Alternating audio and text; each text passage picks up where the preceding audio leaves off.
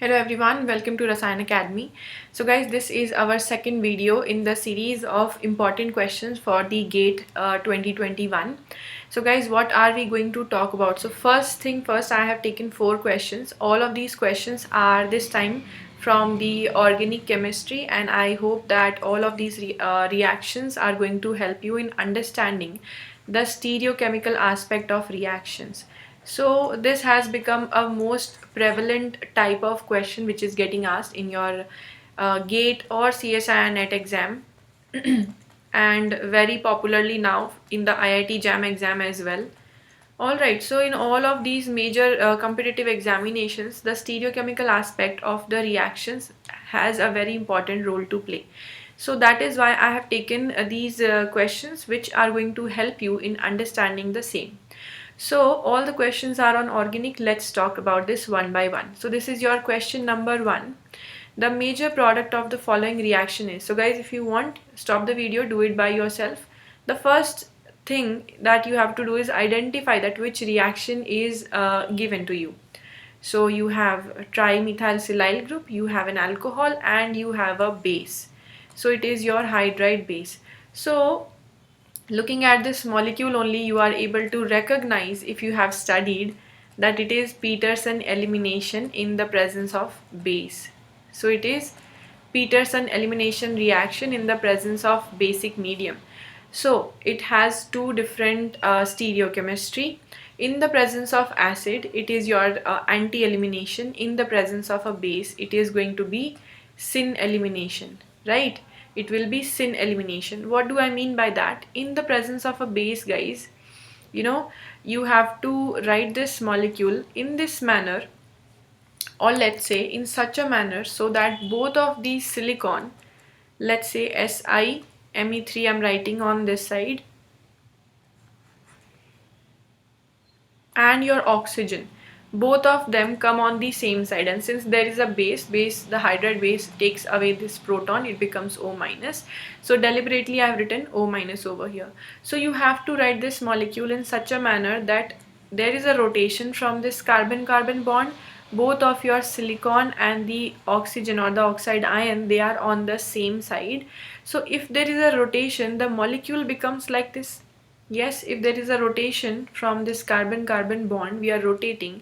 So the OH goes back and the molecule has now a single bond in this manner. Okay? So hence you can proceed with your syn elimination. What is syn elimination? That is elimination from the same side. Now the oxide can attack over silicon. It is going to give you a 4-membered ring, and directly also, if you want to show, this is how your product is going to be. Okay, so if you want to show the intermediate like that of in the Brook rearrangement forms a 4-membered ring, then also it's okay. Otherwise directly you can show that this is what you are getting. Alright, so this is your product. So answer is option number B. You are having, see, the molecule is there in the anti-conformation. If the molecule is there in the anti-conformation, you have to rotate and bring it syn, because the elimination is syn, right? Hence your product gives you a cis alkene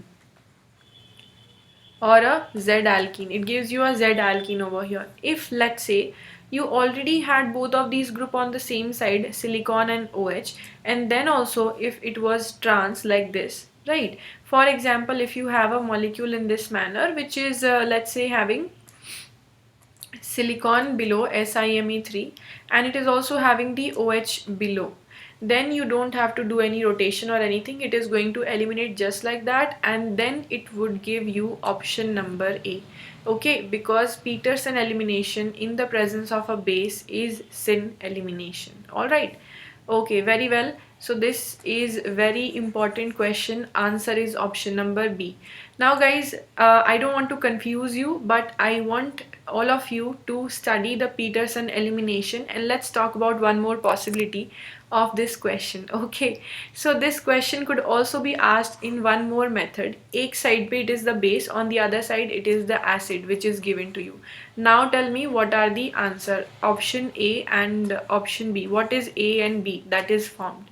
So in that scenario, once again, in the presence of base, it is going to be syn elimination. So your answer is option B. In the presence of acid, it is going to be anti-elimination. For the anti-elimination, the stereochemistry is already perfect. So you have the hydronium ion leaving from here and the silicon falls off like this. So for the anti-elimination, you get the product B. So this is going to be B. Alright, so in the presence of base, it is going to be cis alkene for this particular molecule, for this particular stereochemistry, right?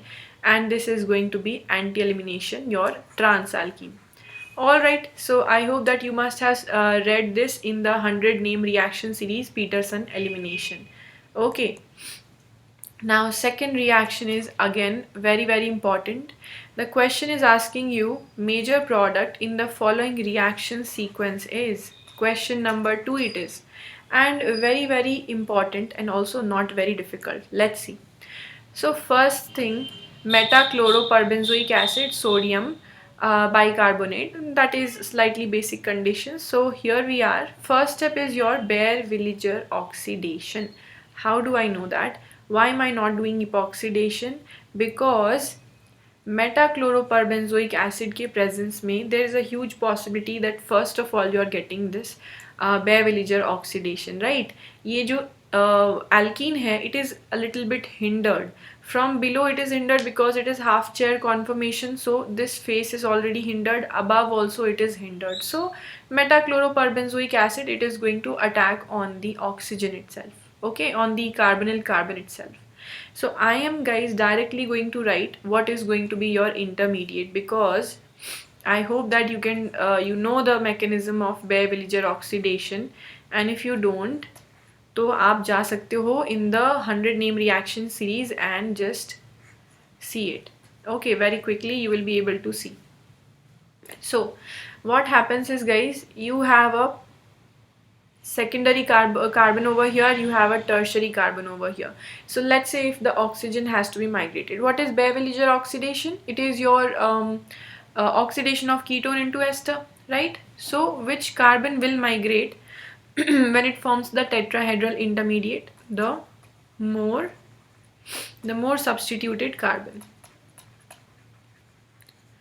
The more substituted carbon is going to migrate, and hence you have the oxygen insertion on the tertiary carbon side. Okay, very simple. Now you have NaOH and H2O. What does it do? To an ester, it can only carry out ester hydrolysis. Very simple question, isn't it? Ester hydrolysis to your ester. So break it down from here. What are we getting? We are getting the acid COOH, and you have a double bond, once again OMe. Now understand the stereochemistry over here. Since this group, since this ring carbon is above the plane, then the OH and the COH, both of them are pointing downwards. So even if you want to write it in this form, let's say you want to write it in the planar form, you must understand that your methoxy group was above the plane, right? Because of this carbon, and all of your acid COOH, CH2COH, right? Yes, and your alcohol, it is both below the plane. This is what you must understand. Once you have got this, the third part of the reaction is iodolactonization. Yes, so it is iodolactonization, and very many times we have done this in our special classes, in our plus classes also. Sorry. So yes, what does it do? What does the iodolactonization do? See, very simple concept it is. In the presence of iodine, what happens is your double bond is going to attack the iodine. Electrophilic addition, it forms the iodonium ion. I hope that you can see till here. Okay, so it is your, okay, CH2OMe, then it is your CH2COOH, and there is the iodonium ion. where will the iodonium ion form, above or below? Definitely it will be on a less hindered side. So which is the less hindered side? Above the plane is less hindered, because below the plane you have COH, you have OH. Now what will happen? You have a sodium bicarbonate. This is slightly basic, so it will be good enough to remove the carboxylic acid proton right from here. So if I draw, just a second, if I draw from this side, let's say this is your 5-member ring over here, and this is your carboxylic acid CH2. This is CH2, C double bond O, and this is O minus. Alright, this is what you get. Now there is iodine above the plane, so it could be attacked from the below side like a SN2 reaction, CH2OMe. So if it attacks from below the plane, the iodine moves away and your final product is going to be something like this. Let's say your final product is like this. CH2OMe once again, OH group, iodine will be above. Okay, just understand the stereochemistry of iodolactonization.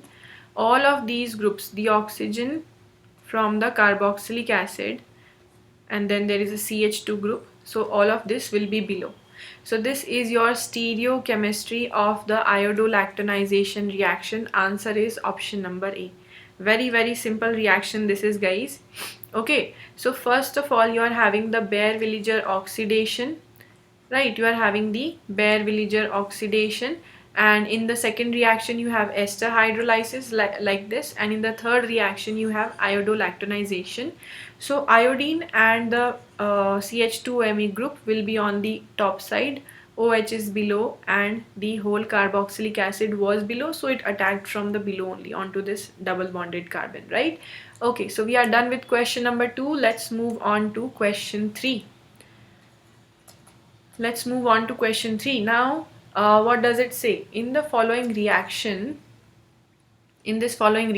which is given, which statement is correct? A, B, C and D. You can try and stop the video, do it by yourself. So guys, looks like that you have a prochiral carbon connected to a chiral carbon.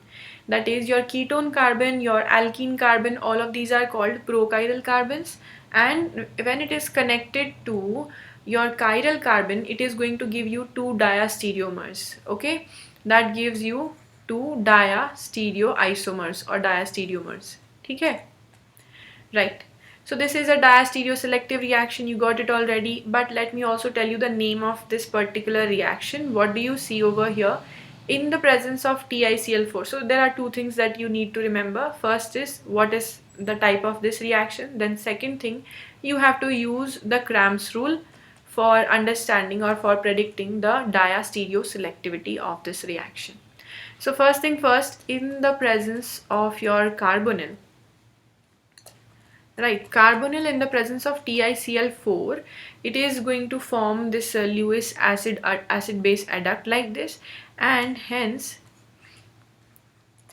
SiMe3 it is. So the double bond will act as a nucleophile onto this carbonyl, and it is going to give you an intermediate like this, oxygen TiCl3 it becomes, because it breaks a bond with Cl, and there is a new bond with this carbon. So 1 2 3, 1 2 and 3, the fourth one is your SiMe3. Why does this reaction happen? Because your beta silyl cation is more stable, okay, as compared to the alpha silyl. So this reaction can happen because of the stability of the beta silyl cation. Why does it happen?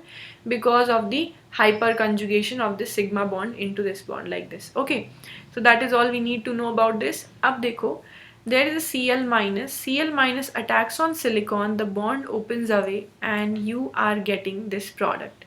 Let me just write over here. So sorry, it's OTiCl3 till now, because there is this methyl, there is no bond over here, and yes, this is your product. It is called Sakurai allylation reaction. Okay, because ultimately we are making this attack from the allylic cation, right? Allylic carbon. So it is Sakurai alylation reaction. Second part is you have to take care of stereochemistry. So let's consider that.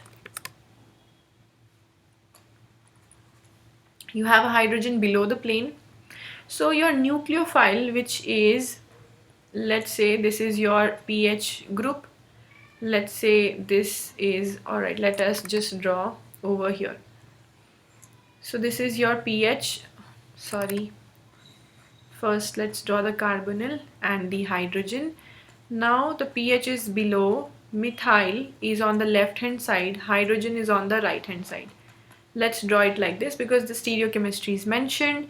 So your nucleophile, which you are getting from the Sakurai alylation reaction, is going to attack from the less hindered side. That looks like it is your from this side, right? Less hindered because there is a hydrogen. So the product is going to be in this manner, pH and hydrogen there was already. So you have a hydrogen, you have an oxygen OH on this side, and then you have the nucleophile on this side. So ultimately, if you just if you want to see what is the relationship between the hydrogen, between the hydroxy group and the methyl, you see they are on the same side. Okay, so that gives you the major product. Now if you just rotate a little bit, let's say if you are rotating only by 60 degrees, because ye kya ho gaya hai, it is a less stable eclipsed conformation. Okay, so if you just rotate by 60 degrees, what will you see? If this is your eclipsed conformation, let's say this is methyl, let's say hydrogen and phenyl. Okay, so just rotating by 60 degrees, you will get something like this. Okay, so the OH is present over here. This is your nucleophile, this is your hydrogen. So what is the nucleophile actually? Nucleophile is your long chain. So where is the long chain now? The nucleophile or the long chain and the phenyl, they must be opposite to each other like this. See, the phenyl and the long chain, they are actually in this line. They are opposite to each other. Okay, and then you get to see that methyl and OH are on the same side. So your X is the major product. Why is it the major product? Because you have confirmed from the Cram's rule. Okay, so X is the major product and Y is the minor product. So two things you have to remember. Diastereoselective ke liye you need the Cram's rule. Second thing, this is your Sakurai alylation reaction. Okay, where the alkene acts as a nucleophile because the silicon becomes a good leaving group. Okay. Moving on to the next question. Major product formed in the following reaction sequence is. Now guys, it's a very simple reaction. This is our last question, number 4. Very simple reaction to do. So what is happening over here? Ultimately, this is about reagents and also about protection and deprotection. So looks like you have this protected carboxylic acid group, isn't it? So this is your tertiary butyl group forming an ester with the acid. If you are, let's say, taking a very strong acid, now your trifluoroacetic acid is counted as a strong acid, and in the presence of this acid you will get deprotection of the carboxylate acid group like this. Now how are you going to do the deprotection? The mechanism should be very clear to all of you guys. Why? Because first of all, there is a proton. This oxygen, this carbon is going to grab a proton like this, then the bond falls up like this, right? So it must be clear to all of you. So here it is, your carboxylic acid and your ester. This ester will be as it is, not going to hydrolyze this ester. Why? Because the strong acid that we take, specifically the trifluoroacetic acid, is specifically for the removal of this group, okay, of this bulkier group. Okay, now BH3, it is a chemoselective reducing agent. What is chemoselective reducing agent? That is when you are having two groups which can be reduced, two similar groups. So here you have the acid and you have the ester. So in that case, if you are providing some reagent which can selectively reduce one of them, it is called chemoselective reducing agent. So here you are guys, you are having the reduction of this carboxylic acid into alcohol directly. Okay, and you have CO2Me formed over here. Alright, so this is how it is going to be. Your answer is option number D in this case. Okay, it's not option number A because you are not hydrolyzing this. It is the trifluoroacetic acid is specifically used for deprotection of the carboxylic acid protecting group, and you're not having the reduction on both of these side or hydrolysis. All of these options are absurd. You will have answer as option number D. Okay. So yes, alright guys, so these were all the questions that we have done. Four very important questions from your GATE paper, GATE 2018 paper actually. And there are more videos which are coming up which will have combined topics from inorganic, organic and a little bit of physical as well. Okay, so we'll be sharing more videos guys, and if you already haven't visited me on Unacademy, please do, because we are having a lot of free classes all the times, every month, lot of free live classes. Okay, yes, and also guys, if you are liking this content, please like the video, also share it with your friends. Alright, and if you already haven't subscribed, I can't imagine that why can't you have subscribed. So if you have seen the video, you must have subscribed, or if you haven't, please do. Okay, and use the code Jagriti S, which is useful if you want to subscribe on Unacademy Plus. That is when you are getting a complete course of the CSI and NET examination. Alright guys, so I will see you very soon in another video. Till then, take care and keep on studying. Bye everyone.